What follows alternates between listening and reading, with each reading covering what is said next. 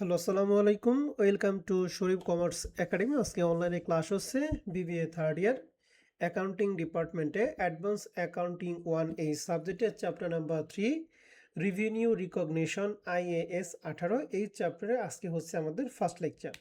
তো revenue recognition এই চ্যাপ্টারের ক্ষেত্রে জাতীয় বিশ্ববিদ্যালয় যে সিলেবাস বন্টন করে দিছে, এই সিলেবাস আলোকে টোটাল এই চ্যাপ্টারকে আমরা 3টা ফরম্যাটে ভাগ করছি। প্রথম ফরম্যাট হচ্ছে কন্ট্রাক্ট রেভিনিউ, 2 নাম্বারটা হচ্ছে সেলস রেভিনিউ, 3 নাম্বারটা হচ্ছে কস্ট রিকভারি মেথড। টোটাল এই চ্যাপ্টারকে 3টা ফরম্যাটে ভাগ করছি। এই 3টা ফরম্যাটের মধ্যে থেকে যে কোনো ফরম্যাট থেকে পরীক্ষার মধ্যে প্রশ্ন আসবে।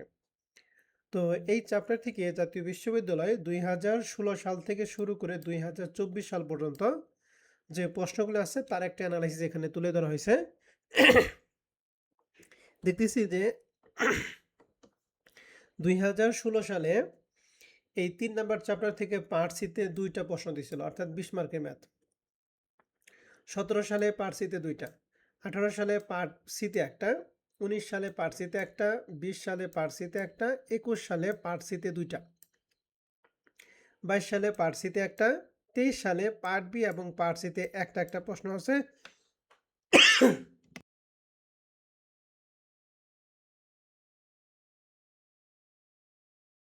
এবার 24 সালে পার্ট সিতে একটা প্রশ্ন দিছে। তো দেখতেছি 2016 সাল থেকে শুরু করে 2024 সাল পর্যন্ত প্রত্যেক বছরই পার্ট সিতে একটা করে প্রশ্ন আসছে। তো তোমরা পরীক্ষা দিবা হচ্ছে 2025 সালে পরীক্ষার্থী। 2025 সালে পরীক্ষায় এই চ্যাপ্টার থেকে পার্ট বি এবং পার্ট সিতে একটা একটা প্রশ্ন থাকবে, অথবা পার্ট সিতে 2টা প্রশ্ন থাকবেই। যদি পার্ট সিতে 2টা প্রশ্ন থাকে তাহলে পার্ট বিতে আসবে না। আর পার্ট সিতে যদি একটা প্রশ্ন আসে তাহলে পার্ট বিতে এবং পার্ট সিতে একটা একটা প্রশ্ন আসবে। তার মানে আমরা এই চ্যাপ্টার টার্গেট করে পড়বো হচ্ছে 14 মার্কে টার্গেট করে। যদি ভাগ্য ভালো থাকে তাহলে সেক্ষেত্রে আমরা 20 পাইতে পারি। এখন 20টা আমরা কখন পাবো? যখন এই চ্যাপ্টারের অঙ্কগুলো আমরা করতে পারবো তখন। তো এই অ্যানালাইসিসটা নিয়ে ধারণা হলো যে এই চ্যাপ্টারটা আমরা টোটাল কত মার্কে টার্গেট করে পড়তেছি। তো এই চ্যাপ্টার থেকে আমাদের যেহেতু 3টা ফরম্যাট, আজকে আমরা প্রথম ফরম্যাট নিয়ে আলোচনা করব, সেটা হচ্ছে কন্ট্রাক্ট রেভিনিউ। তো কন্ট্রাক্ট রেভিনিউ এই ফরম্যাটের অঙ্কগুলি তোমাদের পরীক্ষার মধ্যে বেশি আসবে। তো এই কন্ট্রাক্ট রেভিনিউ অঙ্ক করার জন্য অ্যাট ফার্স্ট আমাদের মূলত এই চ্যাপ্টার অঙ্ক করার জন্য আমাদের 2টা প্রশ্ন চাই। এক হচ্ছে গ্রস প্রফিট রিকগনাইজ, আরেকটা হচ্ছে জার্নাল। তো কোনো প্রশ্ন যদি গ্রস প্রফিট রিকগনাইজ করতে না বলে, শুধু জার্নাল করতে বলে, জার্নাল করতে হলে গ্রস প্রফিট রিকগনাইজ এটা ছাড়া আমরা জার্নাল করতে পারবো না। তার মানে জাবেদা যদি করতে বলে তাহলে গ্রস প্রফিট রিকগনাইজড মানটা আপনাকে জানতে হবে। এখন প্রশ্ন হচ্ছে তাহলে জার্নাল এবং গ্রস প্রফিট রিকগনাইজ এটা আমরা কিভাবে করবো স্যার? তো এখানে লিখছি এই ফর্মেট অঙ্ক সমাধান করার জন্য সাধারণত 2টা ধাপ অনুসরণ করতে হয়। প্রথম step, at first we are calculation of gross profit recognise, মানে কতটুকু আমরা মোট মুনাফা আদায় করতে পারছি সেটা আমরা বের করব। এটা বের করার নিয়মটাই হচ্ছে, প্রথমে আমরা দিব হচ্ছে কন্ট্রাক্ট প্রাইস, অর্থাৎ একটা কাজ সম্পাদনের জন্য যত টাকা কন্ট্রাক্ট করবে ওই কন্ট্রাক্টটাই আমরা দিব হচ্ছে, এখানে দিব কন্ট্রাক্ট প্রাইস। এই কন্ট্রাক্ট প্রাইস থেকে আমরা বের করব হচ্ছে কস্ট। কস্টের মধ্যে 2 ধরনের কস্ট আসবে। একটা কস্ট টু ডেট, অর্থাৎ যে ডেটে আমরা হিসাব করব ওই ডেট পর্যন্ত আমাদের টোটাল কতটুকু কস্ট হয়েছে, এটা হচ্ছে কস্ট টু ডেট। আরেকটা হচ্ছে এস্টিমেটেড কস্ট টু কমপ্লিট, অর্থাৎ কাজটা কমপ্লিট করতে কতটুকু কস্ট হবে সেটা এস্টিমেট করছে। তাহলে এই কস্টের মধ্যে টোটাল কয় ধরনের কস্ট আসবে? 2 ধরনের কস্ট। একটা হচ্ছে কস্ট টু ডেট আর একটা এস্টিমেটেড কস্ট। তাহলে একটু বলো তো দেখি কস্টের মধ্যে কয় ধরনের কস্ট আসে? দুই ধরনের কস্ট, কি কি? Cost to cost to date. Date, estimated cost to তাহলে কস্ট কমপ্লিট। টু ডেট মানে হচ্ছে যে ডেটে আমরা হিসাব করতেছি ওই ডেট পর্যন্ত আমাদের কতটুকু কস্ট হয়েছে, আর এস্টিমেটেড কস্ট মানে কাজটা কমপ্লিট হতে কতটুকু কস্ট হবে সেটা নির্ধারণ করা। তাহলে এই দুইটা মিলাই হচ্ছে কস্ট। এই কন্ট্রাক্ট প্রাইস থেকে এই কস্টের টাকা যদি বাদ দেই তাহলে আমাদের যেটা হবে সেটা হচ্ছে টোটাল এস্টিমেটেড প্রফিট, অর্থাৎ এতটুকু প্রফিট হবে বলে আমরা নির্ধারণ করছি। এখন এখানে কাজ হচ্ছে আমাদের যে ডেটে আমরা হিসাব করব ওই ডেট পর্যন্ত আমাদের টোটাল কাজে কতটুকু কমপ্লিট হয়েছে। টোটাল কাজটা হলো 100%। এই 100%-এর মধ্যে আমরা যে ডেটে হিসাব করতেছি ওই ডেট পর্যন্ত কত পার্সেন্ট কাজ কমপ্লিট হয়েছে তার একটা পার্সেন্ট বের করতে হবে। ওইটা বের করছি, আমরা লিখছি percentage of complete to date, অর্থাৎ যে ডেটে হিসাব করতেছি ওই ডেট পর্যন্ত মোট কাজের কতটুকু কমপ্লিট হয়েছে সেটা বের করব। সেটা বের করার সূত্র হচ্ছে cost to date divided by total cost into 100। Cost to date মানে যে কস্টের মধ্যে প্রথম যে টাকাটা গেছে, আর টোটাল কস্ট মানে কস্ট টু ডেট এবং এস্টিমেটেড কস্ট, এই দুইটার যোগফল। তাহলে কস্ট টু ডেটে এই দুটার যোগফল দ্বারা ভাগ করে 100 দ্বারা গুণ করলে আমরা কি পাবো? Percentage of complete to date. অর্থাৎ ওই ডেট পর্যন্ত আমাদের মোট কাজের কতটুকু কি হয়েছে? কমপ্লিট হয়েছে। এরপরে আমরা যেটা বের করি সেটা হচ্ছে টোটাল গ্রস প্রফিট রিকগনাইজ। তাহলে গ্রস প্রফিট রিকগনাইজটা সূত্র হচ্ছে প্রফিট ইনটু প্রফিট রেট। অর্থাৎ এই এস্টিমেটেড প্রফিটের সাথে এখানে যে আমরা রেট বের করব সেই রেটটা আমরা কি করব? গুণ করব। গুণ করলে আমরা কি পাবো? Total gross profit recognize. এই টোটাল গ্রস প্রফিট রিকগনাইজ থেকে প্রিভিয়াস ইয়ারে যদি কোনো গ্রস প্রফিট থাকে তাহলে সেটা আমরা বাদ দিব। এটা বাদ দিলেই আমরা পাবো হচ্ছে gross profit recognize in the current year.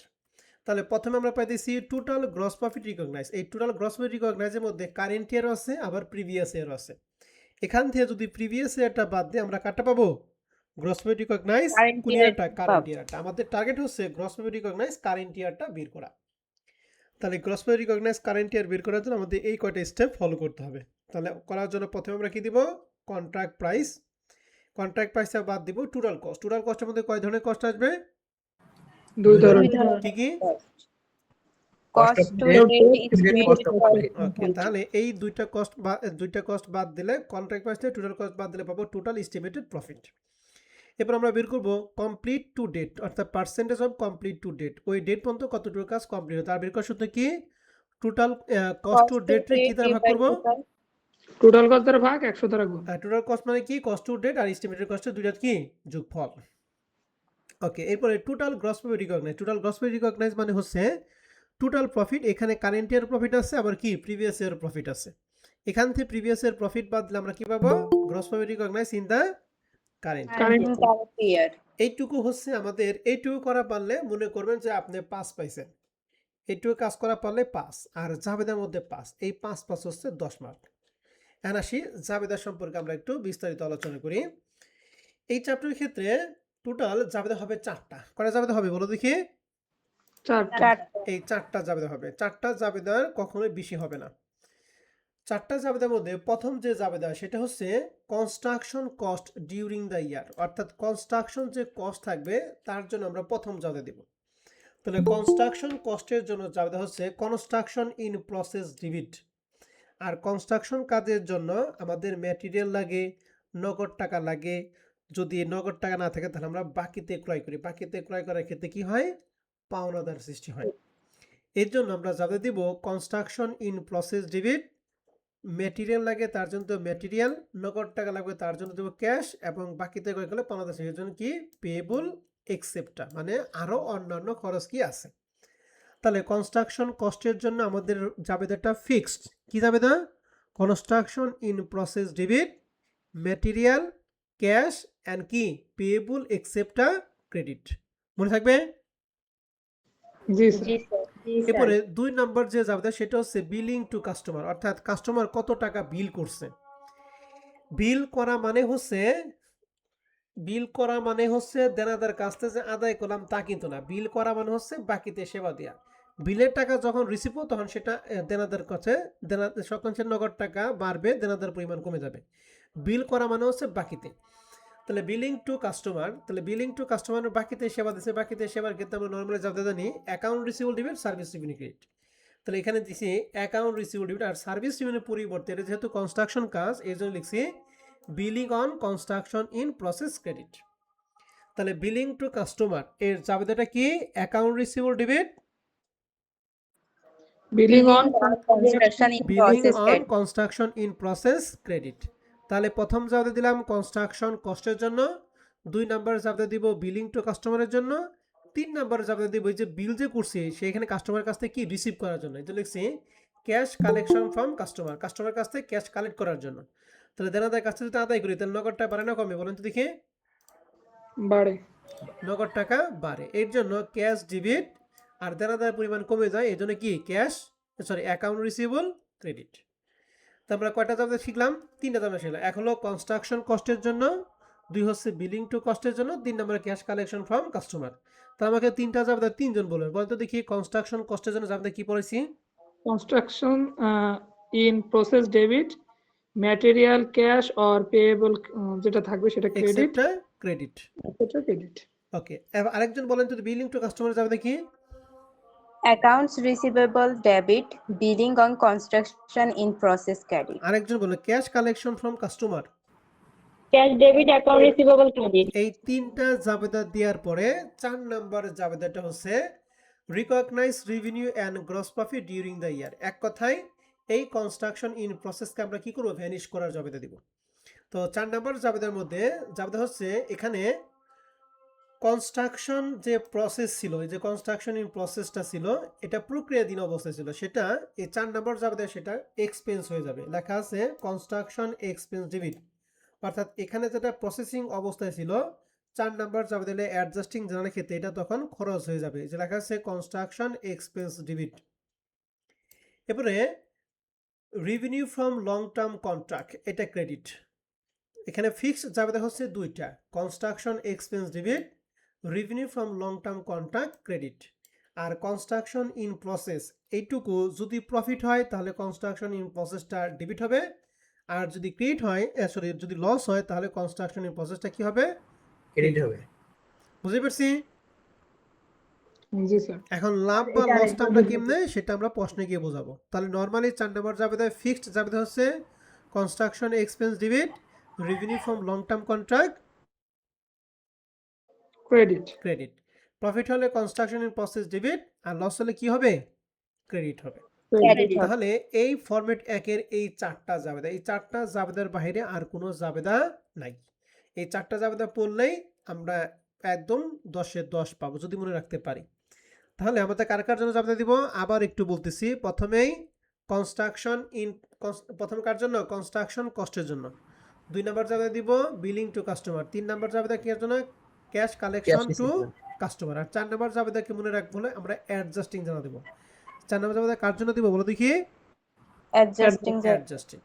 তাহলে ফরম্যাট 1 থেকে আমাদের এই গ্রস প্রফিট রিকগনাইজ এবং জার্নাল এটা শিখলেই আমরা ফরম্যাট 1-এর প্রত্যেকটা অঙ্ক ইনশাআল্লাহ আমরা পারব। তো এবার আসেন আমরা কিছু অঙ্ক একটু দেখি। প্রথম প্রবলেমটা এটা 2016-2012 সালে অ্যাকাউন্টিং ডিপার্টমেন্টে আসছিল থার্ড ইয়ারে। প্রশ্ন বলছে during 2010 Nielsen company started a construction job with a contract price 16 lakh টাকা। তাহলে একটা কাজ কন্ট্রাক্ট নিছে, যার কন্ট্রাক্ট প্রাইস কয় টাকা বলো দেখি, 16 লাখ টাকা। 16 দ্য লাখ টাকা। জব ওয়াজ কমপ্লিট ইন 2012, এই কাজটা শেষ হবে 2012 সালে। তাহলে কন্ট্রাক্ট নিছিল 2010, শেষ হবে 2012, তাহলে কয় বছর অঙ্ক, 2010, 11, 12, কয় বছর, 3 বছর। 3 বছর। বলছে the following information is available, এখানে 3 বছরের তথ্য দিয়ে আছে, 10-এর জন্য, 11-এর জন্য, 12-এর জন্য। 10-এর জন্য প্রথমে লেখা আছে cost in incur to date, অর্থাৎ cost to date. Cost to date 10-এর জন্য 4 লাখ, 8 লাখ 25 এবং 10 লাখ 70। এস্টিমেটেড কস্ট দিয়ে আছে 6 লাখ, 2 লাখ 75 এবং শেষেরটার জন্য এস্টিমেটেড কস্ট নাই। কেন নাই? কারণ শেষ বছরে কাজটা কমপ্লিট হবে, যে বছর কাজ কমপ্লিট হবে সেই বছর আর কোনো এস্টিমেটেড কস্ট নাই। এস্টিমেটেড কস্ট হবে শুধুমাত্র যে বছর, সেই বছর যে এস্টিমেটেড কস্ট হবে যে বছর কাজটা কি থাকবে, রান অবস্থায় থাকবে। কথা কি বুঝতে পারছি? জি স্যার। এবার বিলিং টু ডেট, অর্থাৎ কাস্টমার বিল করছে, কাস্টমার বিল করছে 3 লাখ টাকা। এখন যতটুকু বিল করে ততটুকুই দেয় না। কালেকশন টু ডেট, অর্থাৎ কালেক্ট করছে 2 লাখ 70, 3 লাখ টাকা বিল করে কালেক্ট করছে 2 লাখ 70। 11 সালের জন্য বিল করছে 9 লাখ, দিচ্ছে 8 লাখ 10। এখানে 16 লাখ টাকা বিল করছিল, দিচ্ছে 14 লক্ষ 25 হাজার টাকা।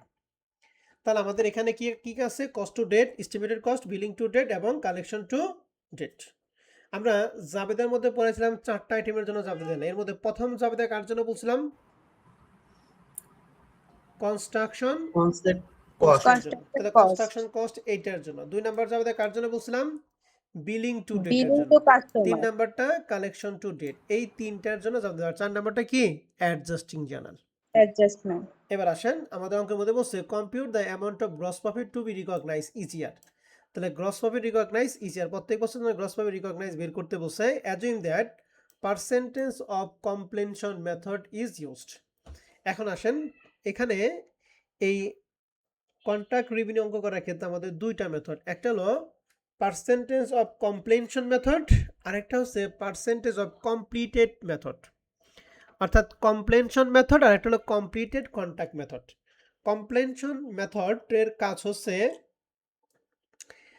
যে বছর আমরা হিসাব করব ওই বছরে মোট কাজে যত পার্সেন্ট কাজ কমপ্লিট হবে ততটুকু কাজে প্রফিট জেনারেট করা। আর কমপ্লিট কন্ট্রাক্ট মেথডের মেন কথা হচ্ছে কাজটা যতক্ষণ পর্যন্ত ফাইনালি হ্যান্ড ওভার না করতে পারবে এতক্ষণ পর্যন্ত কোনো প্রফিট তারা রিকগনাইজ করতে পারবে না। দুইটা মেথডের মধ্যে পার্থক্য কি বুঝছেন না আবার বলবো? স্যার আবার বলেন। আবার বলতেছি, পার্সেন্টেজ অফ কমপ্লেনশন মেথডের মেন কথা হচ্ছে আমি যে বছরে হিসাব করব ওই বছরে মোট কাজের যত পার্সেন্ট কাজ কমপ্লিট হয়েছে অতটুকু কাজের প্রফিট জেনারেট করা। মনে করো মোট কাজ 100% মধ্যে 2010 সালে কাজ কমপ্লিট হয়েছে মাত্র 40%, তাহলে 40% যে কাজ কমপ্লিট এইটুকু কাজে কি বের করা? প্রফিট বের করা। আর কমপ্লিট কন্ট্রাক্ট মেথডের কাজ হচ্ছে মেন কথা হচ্ছে যতক্ষণ পর্যন্ত কাজটা হ্যান্ড ওভার না করা পারবো এতক্ষণ পর্যন্ত কোনো লাভ হবে না। তো 2010, 11, 12-র মধ্যে কোন বছরে কাজটা কমপ্লিট হবে বলো দেখি? 2012 2010 এবং 2011 সালের জন্য এই কমপ্লিট কন্ট্রাক্ট মেথডের ক্ষেত্রে কোনো প্রফিট নাই। বুঝতে পারছি? জি স্যার। তো এবার আসেন আমরা পার্সেন্টেজ অফ কমপ্লেনশন মেথডের ক্ষেত্রে আমরা গ্রস ভ্যালু রিকগনাইজটা একটু দেখে আসি। আমরা যে গ্রস ভ্যালু রিকগনাইজ সেটা অবশ্যই পার্সেন্ট অফ কমপ্লেনশন মেথডের ক্ষেত্রে দেখাইছি। তো আমরা 1 নম্বর রিকোয়ারমেন্টে লিখছি calculation of gross value recognise under percent of completion method. প্রথমে পার্টিকুলার যেহেতু 3টা বছর 2010, 11, 12 এক এক বছর 2টা করে দাগ দিছি। শুরুতেই আমরা দিচ্ছি কন্ট্রাক্ট প্রাইস। কন্ট্রাক্ট প্রাইস কিন্তু আমাদের প্রশ্নে ছিল 16 লাখ টাকা। এই কন্ট্রাক্ট প্রাইস মনে রাখবেন সব বছরের ক্ষেত্রে সমান থাকবে, এর জন্য 16 লাখ 16 লাখ 16 লাখ। কন্ট্রাক্ট প্রাইসের সাথে বাদ দেই টোটাল কস্ট। টোটাল কস্টের মধ্যে কয়টা কস্ট আসে? দুইটা কস্ট। দুইটা। এই যে কস্ট টু ডেট আর এস্টিমেটেড কস্ট। তাহলে প্রথম বছরের জন্য 4 লাখ 6 লাখ 8 লাখ 25, 2 লাখ 75, 10 লাখ 70 এবং কি 0। তো সেই 10 লাখ 70 প্লাস 0 সমান 10 লাখ 70, 8 লাখ 25 প্লাস 2 লাখ 75 সমান 11 লাখ, 4 লাখ প্লাস 6 লাখ সমান 10 লাখ। টোটাল কস্টটা কি বুঝতে পেরেছি? জি স্যার। এখন কন্ট্রাক্ট প্রাইসে টোটাল কস্ট আমরা বাদ দিব। 16 লাখ থেকে 10 লাখ বাদ দিয়ে টোটাল এস্টিমেটেড প্রফিট 6 লাখ, এখানে হবে 5 লাখ, এখানে হবে 5 লক্ষ 30। টোটাল এস্টিমেটেড প্রফিটের মধ্যে কারো কোনো সমস্যা আছে কিনা? না স্যার সমস্যা নেই। এখন ওই যে কমপ্লেনশন মেথডের কাজ হচ্ছে যতটুকু কাজ কমপ্লিট করবে ততটুকু কাজের কি প্রফিট জেনারেট করা। তাই কতটুকু কাজ কমপ্লিট সেটা আমরা বের করবো। যা বের করা শুধু কি cost to date divided by total cost into কি 100 তাহলে আমাদের 2010-এর জন্য কস্ট টু ডেট হচ্ছে 4 লাখ আর টোটাল কস্ট কত টাকা? 10 10 লাখ লাখ ইন্টু 100। তাহলে 4 লাখ ভাগ 10 লাখ ইন্টু 100 সমান 40%। 19%। এখানে হবে 8 লাখ 25 ভাগ 11 লাখ ইন্টু 100 সমান 75%। 10 লাখ 70 ভাগ 10 লাখ 70 ইন্টু 100 সমান 100%। বুঝতে পারছি? বুঝছি জি জি স্যার। স্যার। তাহলে 2010 সালে 100% মধ্যে কত পার্সেন্ট কাজ কমপ্লিট হয়েছে? 40%। 40%। বাদ বাকি 60% বাকি আছে। তাহলে 2010-এ প্রফিট জেনারেট হবে এই 40% যতটুকু প্রফিট হবে অতটুকু কাজের প্রফিট আমরা জেনারেট করব। 2011-এর জন্য সেম, 2012-এর জন্য কি সেম। তাহলে percentage of complete to date এটা কি আমরা বুঝতে পারছি? জি জি স্যার। স্যার। এখন আমরা টোটাল গ্রস প্রফিট রিকগনাইজ করব। টোটাল গ্রস প্রফিট রিকগনাইজের মধ্যে কারেন্ট ইয়ারও থাকবে আবার কি প্রিভিয়াস ইয়ারও থাকবে। আর এটা বের করবো কি প্রফিটে পার্সেন্ট দ্বারা গুণ। এই যে 6 লাখ টাকার উপর 40% মানে 2 লাখ 40, 5 লাখের 75% মানে 3 লাখ 75, 5 লাখ 30-এর 100% মানে 5 লাখ 30। ক্লিয়ার? জি স্যার। এখান থেকে আমরা প্রিভিয়াস ইয়ারে গ্রস হয়ে বাদ দিব। এই 2010 সালে প্রিভিয়াস ইয়ার হচ্ছে 2009, 2009 এর কোনো তথ্য দেওয়া নাই, এই জন্য 2010 সালের জন্য প্রিভিয়াস এর প্রফিটটা হচ্ছে কি 0। তাহলে 2 লাখ 40 থেকে 0 বাদে থাকে 2 লাখ 40। ক্লিয়ার? জি জি স্যার। স্যার। 2011-এর জন্য হচ্ছে 2010-এর জন্য যেটা প্রফিট ছিল সেটা 2011-এর জন্য কি প্রিভিয়াস ইয়ার। তাহলে এই 2,40,000 হবে 2011-এর জন্য কি প্রিভিয়াস ইয়ার প্রফিট। আবার 2011 সালে 3,75,000 হবে 2012 সালের জন্য প্রিভিয়াস ইয়ার প্রফিট। বুঝতে পারছেন? জি স্যার। তাহলে 3,75,000, 2,40,000 পার্থক্য 1,35,000 আর এই দুটোর পার্থক্য 1,55,000। তাহলে গ্রস প্রফিট রিকগনাইজ 2,40,000, 1,35,000 এবং 1,55,000। এই তিনটার মধ্যে আপনাদের কারো কোনো প্রশ্ন যদি থাকে প্রশ্ন করতে পারেন। প্রশ্ন নেই স্যার। প্রত্যেকটা অঙ্ক না কিন্তু স্যার, প্রশ্ন একই নেই। কোয়ালিটির। একটা অঙ্ক মাথার মধ্যে ঢুকাই পারলে কাজ শেষ। কোনো প্রশ্ন আছে? না না স্যার। স্যার, প্রশ্ন নেই। তাহলে মনে রাখেন 2010 এর জন্য করলাম, 11 এর জন্য করলাম, 2012 এর জন্য করলাম। এখন আপনাকে বলছে prepare all necessary journal entries for 2000। 11 তাহলে 11 এই মাঝখানে বছরের জাবেদা করতে হবে। তো আমাদের কয়টা জাবেদা দিই আমরা বলো তো দেখি? 3টা না চারটা 4টা? যাবে, 4টা যাবে না। 4টা। এর মধ্যে প্রথম জাবেদা cost to date. Cost to date কত টাকা আছে 2011 এর জন্য? 8,25,000 8 লাখ। মনে রাখবেন এই 2011 সালে প্রত্যেকটা টাকার মধ্যে 2010 সালের টাকা অন্তর্ভুক্ত আছে। তাহলে 8,25,000 এর মধ্যে 2010 এর 4 লাখ টাকা অন্তর্ভুক্ত। তাহলে অ্যাকচুয়ালি 2011 সালের জন্য কত হবে? 4,25,000। 25,000। বুঝতে পারছি? জি স্যার। এখন কস্ট টু ডেটের জন্য যাবে দেখি construction in process debit Material cash or payable payable except cash. তাহলে এখানে কোম্পানির নাম জার্নাল এন্ট্রিজ লিখছি construction in process debit material cash payable except 8,25,000 থেকে 4 লাখ বাদে 4,25,000 4,25,000। বুঝতে পারছি এক নম্বর যাবে না? জি স্যার। জি স্যার। 2 নম্বর যাবে আমরা লিখি কার জন্য কালেকশন টু ডেট না billing to date? Billing to billing to date. Billing to date 9 lakh. এই 9 লাখ টাকার মধ্যে 2010 সালে কত টাকা অন্তর্ভুক্ত আছে? 3 3 লাখ। লাখ তাহলে অ্যাকচুয়ালি কত টাকা? 6 লাখ। 6 লাখ। এই বিলিং টু ডেটের জন্য যাবে হচ্ছে account receivable debit. Billing Billing on on construction in process good. Customer in তাহলে process. Account receivable debit billing on construction in process credit 6 lakh 6 lakh. Clear? 2 নম্বর যাবে না? জি জি স্যার। স্যার জি এবার স্যার। 3 নম্বর যাবে হচ্ছে ক্যাশ কালেকশন। তাহলে ক্যাশ কালেকশন 8,10,000 এর মধ্যে 2009 এর ছিল কত? 2,70,000। 70 তাহলে বাদ বাকিটুকু হচ্ছে এই মাসে আমরা কালেক্ট করছি 2010 এর জন্য কালেক্ট করছি। তাহলে cash debit account receivable credit ওই দুটোর পার্থক্য 5,40,000 5,40,000। ক্লিয়ার? জি স্যার। কারো কোনো প্রশ্ন আছে? না স্যার। জি স্যার। পারবেন তো? জি স্যার পারবো। ওকে এবার অ্যাডজাস্টিং জানাটা দেখেন কনস্ট্রাকশন ইন প্রসেস যেটা প্রসেস অবস্থা ছিল সেটা 4 নাম্বার যাবে তাই সেটা কি নামে হবে বলুন দেখি? এক্সপেন্স কনস্ট্রাকশন নামে হবে। এক্সপেন্স। 4,25,000 ছিল এখানে 4,25,000। 2011 সালের জন্য এই 2011 সালের জন্য এই 1,35,000 এটা কি প্রফিট না লসের টাকা?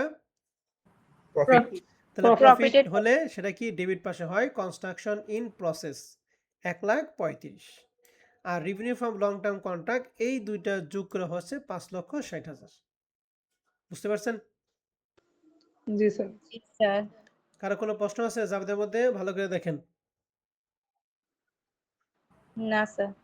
প্রত্যেকটা অঙ্কই কিন্তু একই কোয়ালিটির অঙ্ক কোনো পরিবর্তন হবে না শুধুমাত্র টাকা টোকায় দিক সেদিক হবে রিকোয়ারমেন্ট 2 নিয়ে কোনো কষ্ট আছে না স্যার।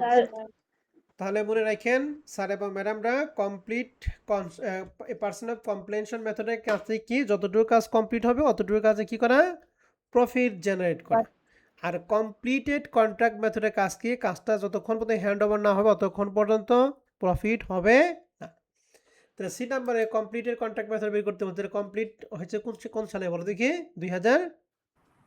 12 সালে। তাহলে 10 এবং 11 সালে কোনো প্রফিট আছে না স্যার। তাহলে আমরা লিখছি calculation of gross profit recognize under completed contract method particular 2010 11 12 2010 এবং 11 জন্য ডট ডট আর 2012 জন্য প্রফিটটা কিভাবে করব আমাদের কন্ট্রাক্ট প্রাইস ছিল 16 লাখ টাকা আর কস্ট অফ কনস্ট্রাকশন অর্থাৎ কনস্ট্রাকশন কস্টের টাকা ছিল 10 লক্ষ কত 70,000 এই দুটোর ডিফারেন্স হচ্ছে আমাদের গ্রস প্রফিট 5,30,000 বুঝতে পারছেন কথা জি স্যার। জি স্যার বুঝছি স্যার তাহলে প্রথম 2 বছরে কেন প্রফিট হলো না কারণ প্রথম 2 বছরে কাজটা কমপ্লিটেড কমপ্লিট হয় নাই তাহলে বেসিক প্রবলেম এক কি পারবো আমরা জি স্যার পারবো স্যার। প্রবলেম একটা মাথায় রেখে এই ফরম্যাটে যে কটা অঙ্ক আছে প্রত্যেকটা অঙ্কই আমরা পারবো আমরা এক্সারসাইজ 1 নম্বর অঙ্কটা একটুখানি পড়ে আসি হ্যাঁ আমরা এক্সারসাইজ 2 নাম্বারটাই যাই দেখেন 2 নাম্বারটা 2014 সালে ছিল উপরে তেমন কোনো কিছু নাই জাস্ট এখানটা লাগবে হচ্ছে কন্ট্রাক্ট প্রাইস কি লাগবে বলো দেখি কন্ট্রাক্ট কন্ট্রাক্ট প্রাইস তাহলে আমাদের এখানে cost to date estimated cost billing to date collection to date এই চারটা যা আছে আগের মতোই পরিবর্তন আগে ছিল 3 বছর এখন কয় বছর 2 বছর। 2 বছর। এখন আপনাকে 1 নাম্বার প্রশ্নটা একটুখানি ঘুরাইছে শুধুমাত্র এই প্রশ্নটা একটু ঘুরাইছে লেখা আছে what portion to the total contract price would be recognise as revenue. Recognize as revenue অর্থাৎ কত টাকা আয় হয়েছে 2012 এবং 2013। 2012 এবং 2013 জন্য রিকগনাইজ রেভিনিউ বের করতে হবে। রিকগনাইজ রেভিনিউ বের করার সূত্রটা হচ্ছে gross profit plus cost to date. Gross profit plus cost to date. Cost to date. Gross প্রফিটটা আমরা 1 নম্বর অঙ্কে যেরকম ভাবে বের করছি হুবহুব একই রকম ভাবে বের করব, জাস্ট এর সাথে অতিরিক্তভাবে কি যোগ করব, কস্ট টু Date. ডেটটা আমরা যোগ করব। তাহলে 2 নম্বর প্রশ্নটা আমরা একটু দেখাই। আমরা সলিউশন পিডিএফটা কি সবাই দেখতেছি? জি স্যার। জি স্যার। তাহলে এই যে 2012 2013 জন প্রথমে contract price 22 lakh 22 lakh, contract price হবে টোটাল কস্ট। টোটাল কস্টের মধ্যে এখানে কোনটা কোনটা আছে, কস্ট টু ডেট আর এস্টিমেটেড কস্ট। 4 লাখ 80, 11 লক্ষ 20, আর এখানে 14 লক্ষ 25, আর এখানে কি 0। 0. তাহলে এই দুইটা যোগ করে 16 লাখ আর এই দুইটা যোগ করে 4 লক্ষ 25, দুইটার পার্থক্য এস্টিমেটেড প্রফিট 6 লাখ, এখানে 7 লক্ষ 75। এন্ড পার্সেন্ট টু কমপ্লিট, তাহলে প্রথমটার ক্ষেত্রে কত ভাগ কত ইনটু 100 হবে বলো তো দেখি 2012 এর জন্য? 4 লক্ষ 80 হাজার। 4 লক্ষ 80 বাই স্যার এখানে 48,000 দেওয়া ওই আছে। তো 4 লক্ষ 80। 4 লক্ষ 80 একটা 4 শূন্য বাদ লক্ষ 80 হাজার ভাগ বাই 16 লক্ষ। 6 লাখ ইনটু 100। আবার বলো, একজন বলো। 4 লক্ষ 80 ভাগ 16 লক্ষ ইন্টু 100। ইন্টু 100 সমান 30%। গুড। আর তারপরটা 14 লক্ষ 25 হাজার ভাগ 14 লক্ষ 25 হাজার ইন্টু 100। সমান 100%। ঠিক আছে? এবার গ্রস জি, প্রফিট 60 লাখ টাকা, 6 লাখ টাকা 30%, 1 লাখ 80, 7 লাখ 75, 100%, 7 লাখ 75। এখানে এই প্রফিটগুলি হচ্ছে কারেন্ট এবং প্রিভিয়াস দুটো মিলা। এখান থেকে আমরা প্রিভিয়াসের প্রফিট বাদ দেবো। প্রথম বছরে প্রিভিয়াসের প্রফিট না, এর জন্য 0। আর প্রথম বছরে যারা প্রফিট সেটা দ্বিতীয় বছরে কি হয়ে গেছে, প্রিভিয়াসের Previous। প্রফিট হয়ে গেছে। তাহলে গ্রস প্রফিট 1 লাখ 80 থেকে 0 বাদ দিয়ে 1 লাখ 80, আর এখানে দুটো বিয়োগফল 5 লক্ষ 95। এটা হচ্ছে গ্রস প্রফিট রিকগনাইজ। যদি আমাদের পার্সেন্ট অফ কমপ্লেনশন চাইতো তাহলে আমাদের 1 লক্ষ 80 এবং 5 লক্ষ 95 পর্যন্ত অঙ্ক শেষ হয়ে যেত। কিন্তু আমাদের প্রশ্নে অতিরিক্ত চাইছে যে রিকগনাইজ অ্যাজ কি রেভিনিউ, অর্থাৎ রেভিনিউ রিকগনাইজ বের করতে বলছে। তাহলে গ্রস প্রফিটের সাথে অতিরিক্তভাবে কি যোগ করতে হবে, কস্ট টু ডেট। তাহলে কস্ট টু ডেট প্রথম বছর 4 লাখ 80, দ্বিতীয় বছর 14 লক্ষ 25। তাহলে আমরা লিখছি কস্ট টু ডেট 4 লক্ষ 80, 4 লক্ষ 80, আর এখানে ছিল 14 লক্ষ 25। এই 14 লক্ষ 25 থেকে 4 লক্ষ 80 বাদ দিয়ে যেটা থাকে সেটাই হচ্ছে আমাদের 9 লক্ষ কত 45,000। বুঝতে পারছেন কথা? জি স্যার। এখন এই দুইটার যোগফল রেভিনিউ রিকগনাইজ অ্যাজ রেভিনিউ 6 লক্ষ 60, 15 লক্ষ 40। দেখেন রিকগনাইজ অ্যাজ রেভিনিউ নিয়ে আপনাদের কারো কোনো প্রশ্ন আছে কিনা? না স্যার। তাহলে ঘটনা কি, পার্সেন্ট অফ কমপ্লেনশন চাইলে গ্রস প্রফিট রিকগনাইজ পর্যন্ত অঙ্ক শেষ, কিন্তু রিকগনাইজ অ্যাজ রেভিনিউ থাকে। তাহলে গ্রস প্রফিটের সাথে আমরা কি যোগ করব, কস্ট টু ডেট যোগ করব। কস্ট টু ডেট আমরা কি করব, যোগ করব। যোগ করব। বুঝতে পারছি কথা? জি স্যার। জি স্যার। ওকে। তাহলে 1 নম্বর রিকোয়ারমেন্ট শেষ। 2 নম্বর বলছে কমপ্লিট টু জার্নাল এন্ট্রি, জাবেদা করতে হবে। এন্ড জাবেদা 2012 সালের জন্য করব। 2012 সাল আগে কোন সাল আছে? না স্যার। না। তাহলে কোন আইটেম কি বিয়োগ করার কোন দরকার আছে? না, প্রয়োজন নেই। দরকার নেই। তাহলে 4 লাখ 80 টাকা 80,000 জন্য জাবেদা কি দিব, এটা cost to date construction in process debit, material cash payable credit. Credit. Good. এই যে construction in process debit, material cash payable excel ব্যাংকে 4 লাখ 80, 4 লাখ 80। 2 নম্বর জাবেদা দিব বিলিং টু ডেট, অর্থাৎ 4 লাখ 20 এর জন্য জাবেদা কি, account receivable debit construction in process credit. Billing on construction in process credit. আর 3 নম্বরটা কালেকশন জাবেদা কি, cash debit. Accounts cash credit. Debit account receivable credit. Okay, ঠিক আছে। তাহলে তোমরা যা যা বলো এখানে যেটা যাবে দিয়েছি। 3 নম্বরটা এই কনস্ট্রাকশন প্রসেসটা, 4 নম্বরের ক্ষেত্রে কি এক্সপেন্স হয়ে যাবে। আমাদের 2012 সালে এখানে প্রফিট দাঁড়াইছিল বলো তো দেখি 6 লাখ 60 নাকি 1 লাখ 80 প্রফিটটা? 1 লাখ 80। 1 লাখ 80। আবার আবেগের ঠেলায় 6 লক্ষ 60,000 দিয়ে না কিন্তু, হ্যাঁ। তাহলে প্রফিট হচ্ছে 1 লক্ষ 80, আর এই দুটো মিলে হচ্ছে revenue from long term contract 6 লক্ষ 60। বুঝতে পারছি? জি স্যার। জি জি স্যার। স্যার। আমি এর পরে আর কোনো অঙ্কে আর জাবেদাগুলি আর দেখাবো না, জাবেদাগুলি আপনাদের পারতে হবে। ওকে, জি স্যার। স্যার জি, প্রথম স্যার। জাবেদায় বলো। প্রথম জাবেদায় যে ম্যাটেরিয়াল ক্যাশ পেয়েবল 3 একবার একসাথে আইছে যে স্যার। সরি, তো প্রথম জাবেদায় কনস্ট্রাকশন ইন প্রসেস আর debit material cash payable credit, হ্যাঁ মানে ক্রেডিট করছে ম্যাটেরিয়াল ক্যাশ পেয়েবল, তিনটা মিলে ক্রেডিট করছে, তো এখানে একটা দিলে হবে না নাকি তিনটাই দিতে হবে? না না, এখানে আমাদের কনস্ট্রাকশন কাজের জন্য অনেক কিছু ম্যাটেরিয়াল লাগে, কিছু নগদ টাকা লাগে, আর জোগাড় টাকা যদি না থাকে এগুলো বাকিতে কিনতে হয়, এর জন্য পাওনাদার সৃষ্টি হয়। ঠিক আছে, আরও দিছি এক্সেপ্ট মানে আরও অনেক কিছু আছে, কিন্তু সবই তো লেখা সম্ভব না, এজন্য আমরা তিনটা নাম মেনশন করে দিছি। ঠিক আছে, জি স্যার। তাহলে আমাদের 2 নাম্বারটা শেষ। এই 3 নাম্বার অঙ্কটা সিমিলার ভাবে cost to date, estimated cost, billing to date, collection to date. এখানে পার্সন অফ কমপ্লেনশন মেথডের গ্রস ভাবে রিকগনাইজ বের করতে হবে আর জাবেদা করতে হবে। পাবো না? পারবো স্যার। জি স্যার, পারবো। বলেন তো দেখি, এই 3 নাম্বার অঙ্কের মধ্যে আমাদের কন্ট্রাক্ট প্রাইস কয় টাকা বুঝে বলবেন? 30 লক্ষ। 30 লক্ষ টাকা। আবার অনেকে অঙ্ক করে কিন্তু 20 লাখ টাকাতে অঙ্ক করে, 20 লাখ কিন্তু বিল্ডিং এর ক্রয় মূল্য। 3 নাম্বার গেল। এই যে 4 নাম্বার অঙ্কটা হুবহুব এক। ঠিক আছে, billing to date, collection to date. ঠিক আছে, জি স্যার। এখন এখানে 4 নাম্বার অঙ্কে 1 নাম্বার রিকোয়ারমেন্ট বলছে যে কমপ্লেনশন মেথড ইউজ করে গ্রস প্রফিট রিকগনাইজ বের করতে হবে এবং কি করতে হবে বলো দেখি, জাবেদা করতে হবে। তাহলে আগের অঙ্কে যেটা 2টা রিকোয়ারমেন্ট, এই অঙ্কে 1 নাম্বার সেটা চাইছে।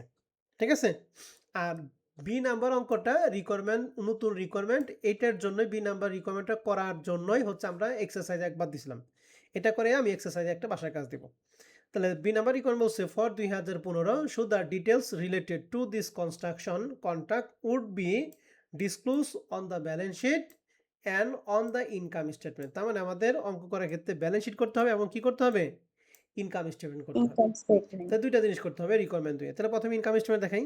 তাহলে প্রথমে কোম্পানির নাম লিখছি, ইনকাম স্টেটমেন্ট, ব্র্যাকেটে লিখছি কি পার্শিয়াল, মানে আংশিক, পুরাটা না। তাহলে এই ইনকাম স্টেটমেন্টের মধ্যে আসবে শুধুমাত্র গ্রস প্রফিটটুকু আসবে। কি আসবে বলো দেখি, গ্রস প্রফিট। তো এই যে গ্রস প্রফিট আমরা যেভাবে ক্যালকুলেশন করব, 4 নম্বর অঙ্কটা আমরা যদি বের করি, এই যে 4 নম্বর অঙ্কটা সেই কন্ট্রাক্ট প্রাইস, টোটাল কস্ট, তারপরে total estimated profit, complete to date, gross profit, previous এটা বাদ দিয়ে আমাদের গ্রসারি রিকগনাইজেশন 3 লক্ষ কত, 20,000। 20,000। এগুলো তো আমরা করাইছি, অতএব এগুলো তো নতুন করে দেখানোর কোনো কিছুই নাই। তাহলে 2015 সালের জন্য এখন আমাদের অঙ্ক করতে বলছে 2015 সালের। তো 2015 সালের জন্য আমাদের প্রফিটটা কত হয়েছিল, 3 লক্ষ কত, 20,000। এইটাই শুধুমাত্র ইনকাম স্টেটমেন্টের মধ্যে আসবে, আর অন্য কোনো কিছুই আসবে না। তাহলে ইনকাম স্টেটমেন্ট আমরা লিখছি gross profit on long term construction 3 লক্ষ কত টাকা, 20,000 টাকা।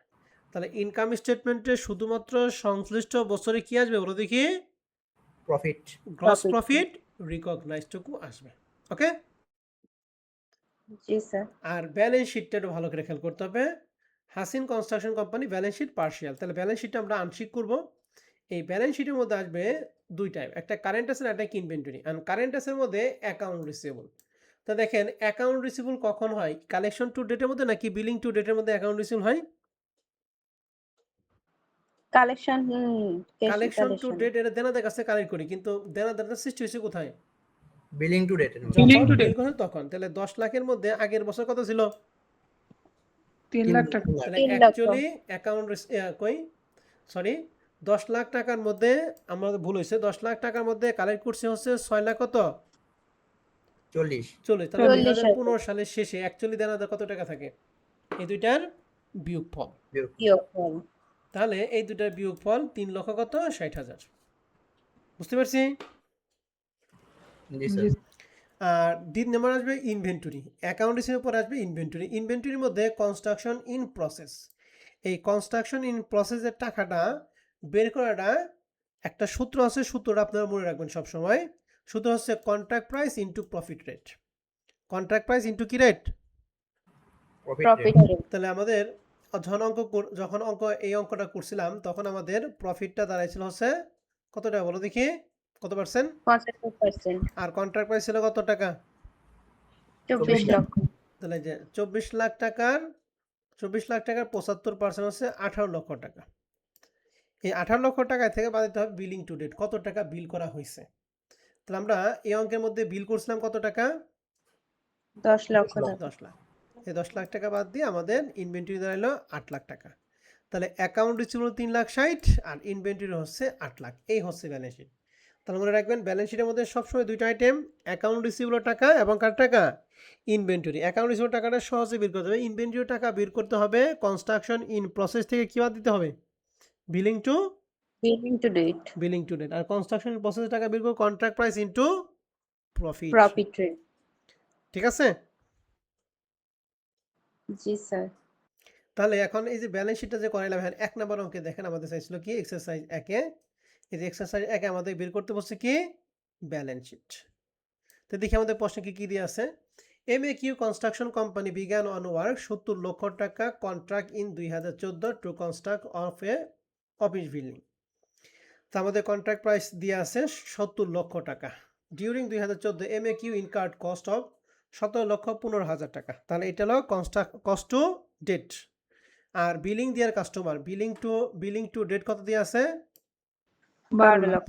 আর কালেক্ট টু কাস্টমার কত দিয়ে আছে, 9,60,000। বলছে at December 2014 the estimated future cost to complete, অর্থাৎ এস্টিমেটেড কস্ট টু কমপ্লিট দিয়ে আছে 31,85,000 টাকা।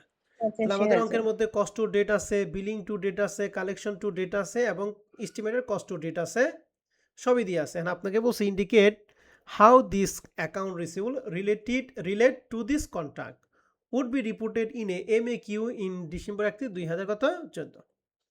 তাহলে আমাদের ব্যালেন্স শিটটার মধ্যে কি কি, আমাদের ব্যালেন্স শিটের মধ্যে কি কি আসে, অ্যাকাউন্ট রিসিভেবল আর কি আছে বলো দেখি, ইনভেন্টরি। ইনভেন্টরি। তাহলে অ্যাকাউন্ট রিসিভেবল Inventory। বের করে কিভাবে, বিল করছিলাম 12 লাখ টাকা, এর মধ্যে কালেক্ট করছি 9,60,000, তাহলে দেনাদার কত টাকা থাকে, এই দুইটার পার্থক্য 2,40,000। তাহলে আমি সলিউশন পিডিএফটা যদি বের করি, এই যে সলিউশন পিডিএফ 12 লাখ মাইনাস 9,60,000 সমান সমান 2 লাখ কত 40। বুঝতে পারছি? জি জি আর স্যার। কনস্ট্রাকশনের প্রসেসের ক্ষেত্রে কন্ট্রাক্ট প্রাইস হলো 70 লাখ টাকা, এই 70 লাখ টাকা প্রফিট দ্বারা আমরা কি করব, ভাগ করব। তাহলে প্রফিটটা বের করার সূত্রটা কি বলছিলাম, cost to date divided by total cost total into cost. তাহলে কস্ট টু ডেট আমাদের প্রশ্নে 17 লক্ষ কত 15,000, 15,000। আর টোটাল কস্টটা এই কস্ট টু ডেট 17,15,000 আর এস্টিমেটেড কস্ট হতে 31,85,000, দুইটা যোগ করে কত হয়,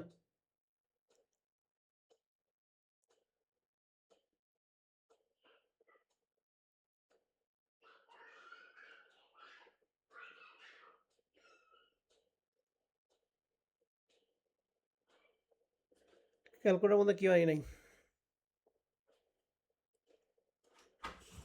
49 লাখ স্যার। 49 লক্ষ না, গুড। তাহলে 17,50,000 ডিভাইড 49 লক্ষ ইন্টু 100 কত পার্সেন্ট হয় বের করতো,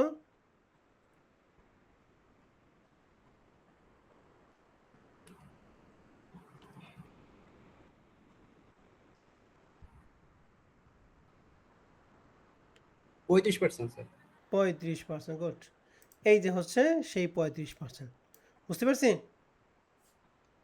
জি তাহলে স্যার। 70 লাখ ইন্টু 35 মানে 24,50,000, এর মধ্যে আমরা বিল করছিলাম জানি কত, 12 লাখ টাকা বিল করছি। তাহলে যে 12 লাখ টাকা বিল বাদ দিয়ে আমাদের ইনভেন্টরি দাঁড়ালো 12 লক্ষ কত 50,000। বোঝা গেছে? জি স্যার। জি স্যার। তাহলে পারবো আমরা ব্যালেন্স শিট। জি স্যার। তাহলে আমাদের ব্যালেন্স শিট গেল, ইনকাম স্টেটমেন্ট গেল, আর জাবেদা শিখাইছি, আর দুইটা মেথডের ক্ষেত্রে কিভাবে গ্রস প্রয়োগ করতে হয় সবই করানো হয়েছে। এখন আপনাদের বাদ বাকি যে অঙ্কগুলি আছে এগুলো সব পরিচিত জিনিস, মানে 1, 2, 3-এর মধ্যে সব অঙ্কগুলি, হ্যাঁ, এই 5 নাম্বার 6 নাম্বার এগুলো সব আপনারা বাসায় থেকে করবেন। হ্যাঁ, 5 থেকে শুরু করে, ও আমাদের অঙ্ক দিয়ে আছে কয়টা, অঙ্ক দিয়ে আছে 7টা, 5 থেকে 7 পর্যন্ত, অর্থাৎ 1 থেকে 7 পর্যন্ত আপনারা বাসায় কাজ করবেন। ঠিক আছে? এখানে জি স্যার। রিকোয়ারমেন্ট 2 এর মধ্যে একটুখানি একটা পেজ দিয়ে আছে, রিকোয়ারমেন্ট 2টা একটু বলে দেই। দেখেন এখানে কন্ট্রাক্ট প্রাইস দিয়ে আছে 22 লাখ টাকা, কস্ট টু ডেট দিয়ে আছে, এস্টিমেটেড কস্ট দিয়ে আছে, billing to date, collection to date. উপরের মধ্যে মানের মধ্যে কোনো পরিবর্তন আছে? না স্যার। নাই। রিকোয়ারমেন্ট 1 এবং 2টা আমি বলতেছি। রিকোয়ারমেন্ট 1 এ বলছে রিকগনাইজ অ্যাজ রেভিনিউ। তো রিকগনাইজ অ্যাজ রেভিনিউটা বের করতে হয় কিভাবে জানি, মনে আছে? গ্রস প্রফিট প্রফিটের সাথে কস্ট টু ডেট যোগ, গুড। তাহলে gross profit percent of completion method apply করে আপনি সুন্দর করে গ্রস বের করবেন, এর সাথে কস্ট টু ডেটটা কি করবেন, যোগ করে দিবেন। যোগ করব। ঠিক আছে? তাহলে রিকগনাইজ অ্যাজ রেভিনিউ পাবো। ঠিক আছে? জি স্যার। জি স্যার। ওকে, তাহলে ১ নাম্বারটা গেল। 18 এবং 19 ২ বছর এটা বের করবেন। প্রথমটা 2 লাখ 2 টাকা আর 15,40,000 উপর। রিকোয়ারমেন্ট 2 এ লেখা আছে assume the same fact of this above expect that Van Dyken use the complete contact method. এখন আমাদের এখানে বের করতে বলছে completed contact method। তাহলে completed contact মেথডটা আমরা কখন অ্যাপ্লাই করি? শেষের বছরে। শেষের বছরের জন্য। মানে যে বছর কাজটা হ্যান্ডওভার করবো ওই বছর, মানে এক কথায় শেষ বছর। গুড, ভালো একটা প্রশ্ন আনসার করছে। শেষ বছর, তাহলে 18 এবং 19 এর মধ্যে শেষ বছর 19 সাল, তাহলে 19 সালের জন্য কমপ্লিট মেথড হবে নাকি? জি স্যার। তাহলে যদি কমপ্লিট মেথড হতো তাহলে আমাদের ওই পর্যন্ত হতো। তাহলে কন্ট্রাক্ট প্রাইসটা কস্ট অফ কনস্ট্রাকশন বাদ দিলে আমাদের কি প্রফিট পাইতাম, ঠিক আছে না?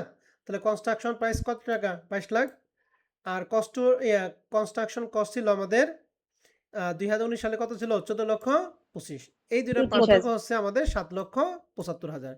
এইটুকু আমাদের অ্যান্সার হইতো যদি আমাদের এই পর্যন্ত প্রশ্ন করতো। কিন্তু এরপরে বলছে what portion of the total contract price would be recognise as কি? রেভিনিউ। তাহলে এই রিকগনাইজ অ্যাজ রেভিনিউ এখানে বের করছে কি? গ্রস প্রফিটের সাথে কি যোগ করছিলাম অতিরিক্ত ভাবে? Cost to date. Cost to তাহলে ডেট। এখানেও আমাদের গ্রস প্রফিটের সাথে কি যোগ করতে হবে? Cost to. Cost to date. এই জন্য 7,75,000 সাথে কস্ট টু ডেট 4,25,000 যোগ করে সেই রিকগনাইজের পরিমাণ 22 লাখ টাকা হয়েছে। বুঝতে পারছেন? জি স্যার। জি স্যার। তাহলে রিকগনাইজ অ্যাজ রেভিনিউ আমরা কমপ্লিট মেথডের ক্ষেত্রে দেখলাম, আর কনস্ট্রাকশন প্রসেসটা আমরা আগে থেকেই দেখছি। ওকে, জি আর স্যার। জি স্যার। জাবেদা করতে হবে। জাবেদা তো আমরা পারবোই, প্রথম বছরের জন্য 2018 সালের জন্য জাবেদা পাবো না? পারবো জি স্যার। স্যার। ওকে, তাহলে 7 নাম্বার পর্যন্ত আপনারা করবেন। নেক্সট ক্লাসে আমরা ফরম্যাট 2 শুরু করব। রিসেন্ট কোশ্চেনে কিছু অঙ্ক আমাদের আছে কিনা। রিসেন্ট কোশ্চেনের মধ্যে 2024 সালের যে অঙ্কটা, এটা ফরম্যাট 2 এর অঙ্ক। এটাও ফরম্যাট 2 নাম্বারটা ফরম্যাট 2 এর অঙ্ক, এটা ফরম্যাট 3 এর অঙ্ক। ওকে, ঠিক আছে। তাহলে আমাদের রিসেন্ট কোশ্চেনের মধ্যে ফরম্যাট 1 এর মধ্যে কোনো অঙ্ক নাই। তাহলে 1 থেকে 7 পর্যন্ত আপনারা অঙ্কগুলি দেখবেন। যার যেটা সমস্যা আছে সমস্যাগুলি আমরা নেক্সট ক্লাসে দেখে আমরা ফরম্যাট 2 দিয়ে শুরু করব। বুঝতে পারছি কথা? জি জি স্যার। স্যার।